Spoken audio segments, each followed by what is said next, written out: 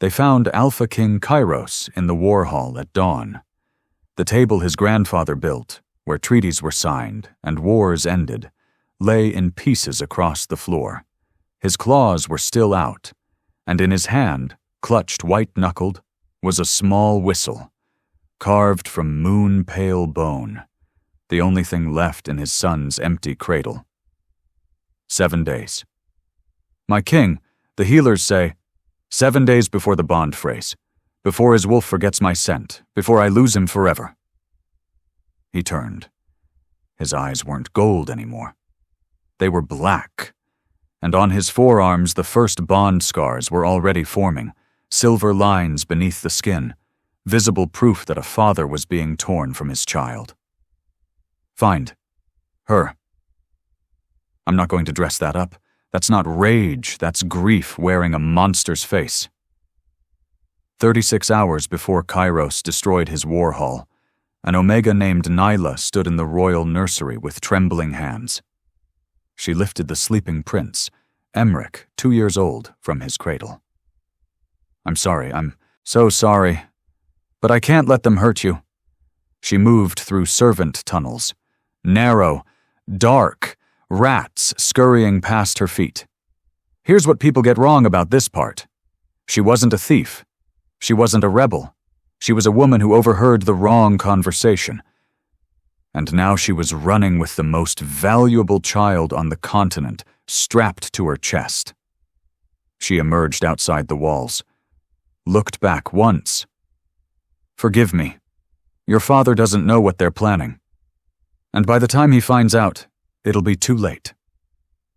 Around her neck hung the moon whistle, Emric's comfort object since birth, his dead mother's last gift. She took it because he wouldn't sleep without it. She didn't know it would lead Kairos straight to her. While Kairos tore apart his war hall, his inner circle gathered below. Regent Aldrich, High Seer Corvain, War Captain Theron. 3 wolves who advised his father. 3 wolves with their own plans. The child's absence is unfortunate, but not unsalvageable. Aldrich's voice didn't even waver. The Moon Rite is in 6 days, if he's not returned. The rite requires royal blood. The child was ideal. Silence.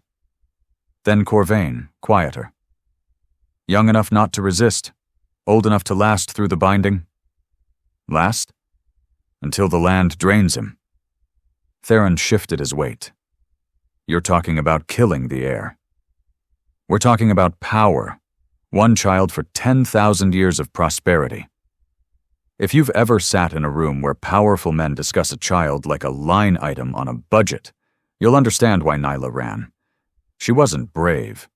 She was the only person in that palace who thought a 2-year-old deserved to wake up tomorrow. 40 miles from the palace, Nyla moved through the Saltmire night market with Emric hidden under her cloak. She approached a medicine vendor. Feverwort, child's dose. Traveling with a little one? Dangerous times. He's my nephew. His mother's sick. The vendor's eyes dropped to the whistle at Emric's collar. Pretty thing. Moonbone, isn't it? Don't see that outside the capital. Nyla's hand moved to cover it. Too late. She already knew. Family heirloom. How much? She paid fast, moved away. She didn't see the vendor's assistant slip out the back. Didn't see him running toward the garrison where Kairos's hunters had already posted reward notices. The whistle's scent was unique, carved from the same bone as the Queen's death mask. Nyla had just shown it to someone who knew exactly what it was worth. Kairos didn't wait for reports. He rode out at first light, following his son's fading scent.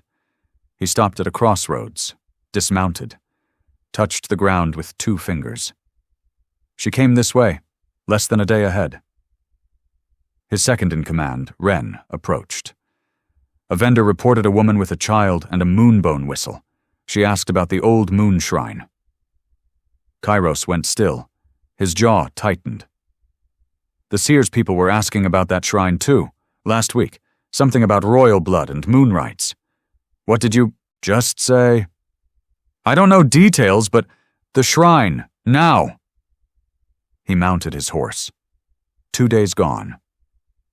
The bond was still holding, but he could feel it stretching. The bond scars on his forearms had spread past his wrists now. Every hour it got harder to stay human. He didn't know the woman who took his son was trying to save him. He only knew she had to be found. Nyla reached the shrine on the 3rd day. She was running on nothing. Emric was fussy, exhausted. She didn't know where else to go. She sat against a pillar. Emric is in her lap. Papa? Her heart cracked. Not yet, little one. Want Papa? She closed her eyes for a second, pushed it down. I know, but some people want to hurt you, and your papa doesn't know about them yet. Emric clutched the whistle. Mama's song. That's right, your mama's whistle. She stroked his hair. Made that choice parents make without thinking, his life before hers. Always. Then, torchlight on the road below. Riders approaching. Time to go. She grabbed Emric, ran through the back exit. Kairos arrived minutes later, dismounted, inhaled. She was here, the whistle sent, hours ago. He touched the pillar where she'd rested, his brow furrowed. Criminals don't stop at shrines. They run until they drop. Ren frowned. What are you saying? Something doesn't fit. He said it quietly, like the thought surprised him. Alpha Drex of the Red Maw Pack heard about the missing heir and smiled. His captain approached. The king offers a reward for... I don't want his gold. I want his throne. He held up a scroll. Official seal. A decree from Corvain himself. Royal blood for the Moon Rite. Seems Kairos' council has plans he doesn't know about. This is where it gets ugly. Pay attention. He rolled the scroll. Find the Omega. Bring her to me. Alive. The child is leverage. With the heir in my hands, Kairos will agree to anything, including stepping aside. Kairos was half a mile from Nyla's trail when he smelled smoke.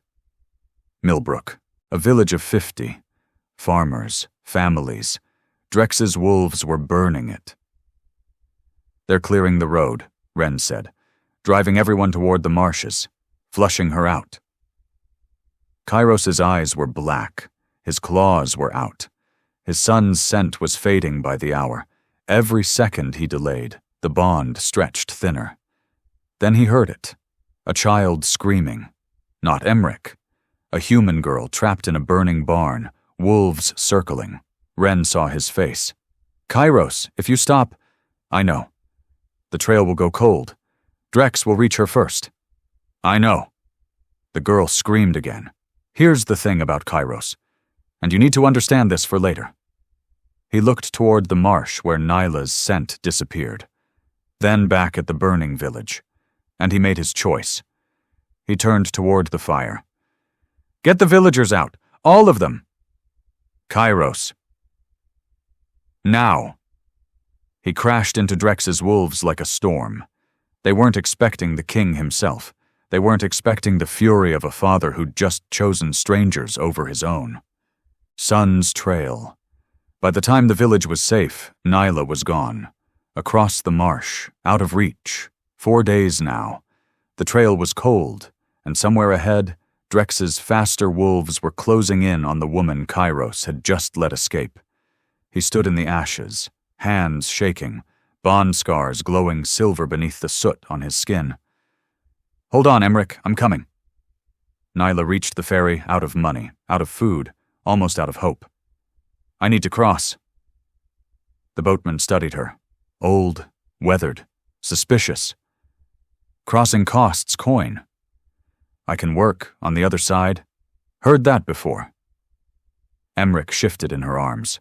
The whistle caught the light. The boatman froze. That whistle, moonbone, royal make. He studied her face. You're running from something. Please, he's just a child. Long pause. He rubbed his jaw. So were my grandchildren, before the council's taxes starved them. He gestured to the boat. Get in." She boarded. The ferry pushed off. Then riders emerged from the fog on the far shore, Kairos. Their eyes met across 50 feet of water. She saw a monster. He saw something else. An Omega holding his son the way his dead wife used to, protective, desperate, not like a thief, like a mother. The ferry disappeared into the fog. Kairos stood there, didn't move for a long moment. Then he looked down. A braided leather strap lay on the dock, torn from the whistle's cord in her rush, still carrying the moon whistle's scent. "Now we can track her." He picked it up, pressed it to his face, inhaled. Something cracked in his expression. Wren noticed but didn't say anything. She almost made it. 2 days from the frozen coast, Drex's wolves caught her. "Warning us. With what?" Drex emerged from the shadows. "You're an Omega with nothing." He crouched to her level.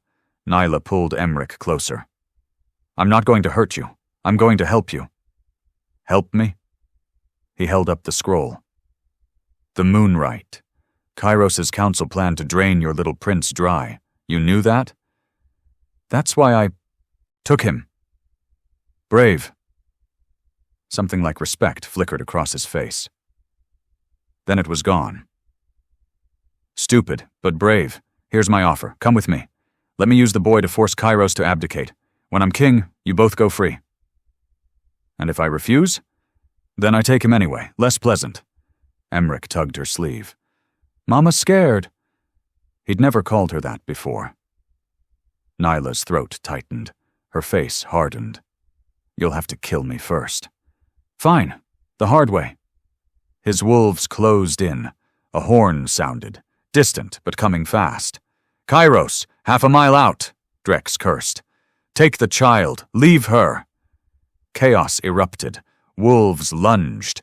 Nyla fought, bit one wolf's hand, drove her elbow into another's throat. In the scramble, she spotted the moon whistle where it had fallen from Emric's neck during the struggle. She grabbed it, grabbed Emric, and ran into the smoke. Kairos arrived to find Drex's camp in chaos. "Where is she?" Drex smiled, blood on his lip. "Missed her by minutes. Heading for the frozen coast." Kairos's eyes were pure black now. Barely human. "You burned a village to flush her out." "Collateral damage." "Families scattered, homes destroyed. For what?" "For a throne. This is a war." Kairos stepped closer. Drex's wolves tensed. "You want my throne? Fine. Challenge me properly. But if you touch my son..." "Your son is already touched. By that Omega. By your council's schemes. By everyone except you." Drex's smile widened. "Did you know about the Moon Rite, Kairos? Did you know what Corvain planned?" Silence. "Ask yourself why your own council wanted your heir dead. Then ask why they're so eager to get him back." Kairos's claws extended. Drex raised his hands. "Kill me, and you'll never reach her in time. Let me go, and maybe, I'll tell you which direction she ran." 5 seconds. Nobody breathed. Kairos turned, walked away. North. She went north, toward the wind caves. The wind cave was the last shelter before the frozen sea. Nowhere left to run. Nyla set Emric down. She'd been moving for 6 days. Her feet were bleeding. Her vision blurred at the edges. But he was alive. "Cold, Mama?" "I know, baby." She wrapped him tighter. "Can you sing for me?" He pulled out the moon whistle. "Mama's song?" "Your real Mama's song, yes." He blew, a high, haunting note. The sound carried on the frozen wind, echoed across cliffs, out over the ice. 5 miles back, a king who'd nearly lost his mind heard it. "Emric." He ran, not walked. Ran like something feral wearing a man's skin. He came out of the dawn light like a nightmare given form. Half man, half beast. Eyes are completely black. Claws extended, breath steaming. This wasn't Alpha King Kairos. This was what was left when a father's bond to his child stretched to breaking. "Give him back! Please, listen to me. You took him." He stalked forward. She backed up. The cliff edge was inches behind her. "They were going to kill him." He froze. The black in his eyes flickered. "What?" "The Moon Rite. Your council. They needed royal blood. They were going to drain him on the 7th day. Her voice broke. "I couldn't let them. He's just a baby.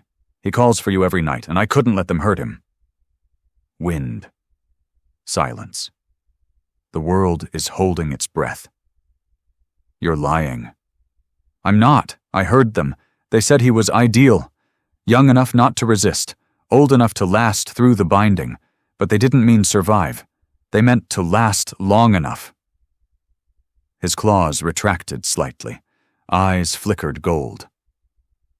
"Why should I believe you?" "Because if I wanted to hurt him, he'd already be dead. Because I carried him for 6 days with nothing. Because—" She held up the whistle. "Because I kept this safe even when it meant you could track me.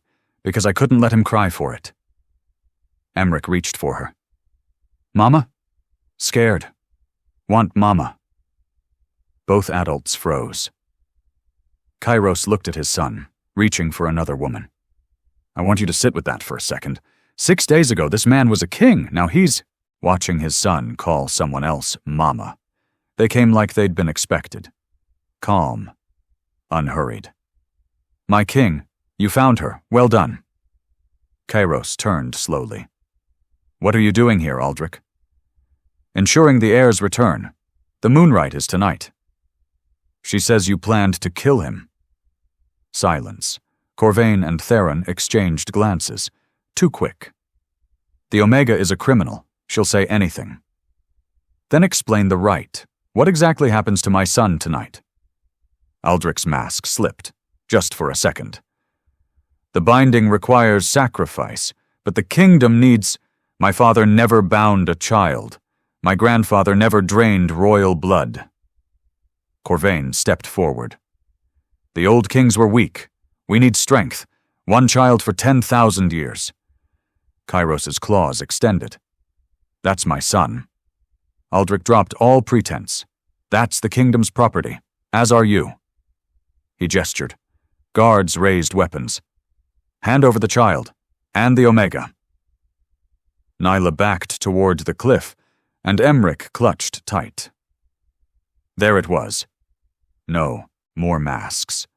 No more politics. Just 3 men who thought a child was a price worth paying. 6 days of running, 7 days of deterioration. And it came down to this. Corvain lunged for Emric. Kairos intercepted, threw him back hard. "Touch my son and die." Guards advanced. Kairos fought, brutal, desperate, weakening. Nyla backed toward the edge, Emric screaming. "Papa, Papa!" The moon whistle around his neck began to glow. Emric's eyes flashed gold, then silver, then white. He shifted, at 2 years old, into a wolf pup with a coat of impossible silver. Aldrich stumbled back. "That's not possible!" Corvain pointed at the pup's shoulder, his hand shaking. "The moon mark! That's not Kairos's bloodline!" Kairos froze, looked at the mark, a silver crescent, then at Nyla. "Show me your wrist," she hesitated. Then it was revealed. The same mark. I was her handmaiden, her cousin, the Queen's bloodline. I was supposed to die when she did, but she hid me. Understanding hit Kairos, like a blow. "That's why they wanted him dead. As long as you both live, their claim to power is invalid." The inner circle panicked, tried to run, but Kairos's wolves had surrounded them. The council was arrested before the sun fully rose. But Kairos wasn't looking at them. He was looking at the woman holding his son. The son who'd shifted back and was sleeping peacefully for the first time in a week. "I almost killed you. You were a father losing his child. I understand. You saved him, gave up everything. He is mine, Has been since the night I carried him out. She met his eyes. Didn't flinch. If you want to take him from me, I'm not taking him from you. Silence. Wind. Waves. I'm not going back to that palace. The throne is a cage. Everyone who sits on it becomes a prisoner or something worse. He looked at the frozen sea. I'd rather be a rogue protecting my son than a king who nearly lost him. What are you saying? I have no kingdom, no council, nothing but a son who calls you mama. He held out his hand. Come with me. We'll disappear. Build something new. Where would we go? Anywhere, as long as it's together. She looked at his hand, at Emric, at the horizon. She took it. She'd run from him for 6 days, feared him, hated him. Now she was holding his hand, watching the sun rise. I'm not going to tell you what that means. You already know. Distant horns. Multiple. Different directions. What is that? Wren approached. Her face was grim. The other packs, they've heard the air shifted. A royal wolf awakening before adolescence hasn't happened in 300 years. She paused. They're coming, all of them. Kairos pulled Nyla and Emric close.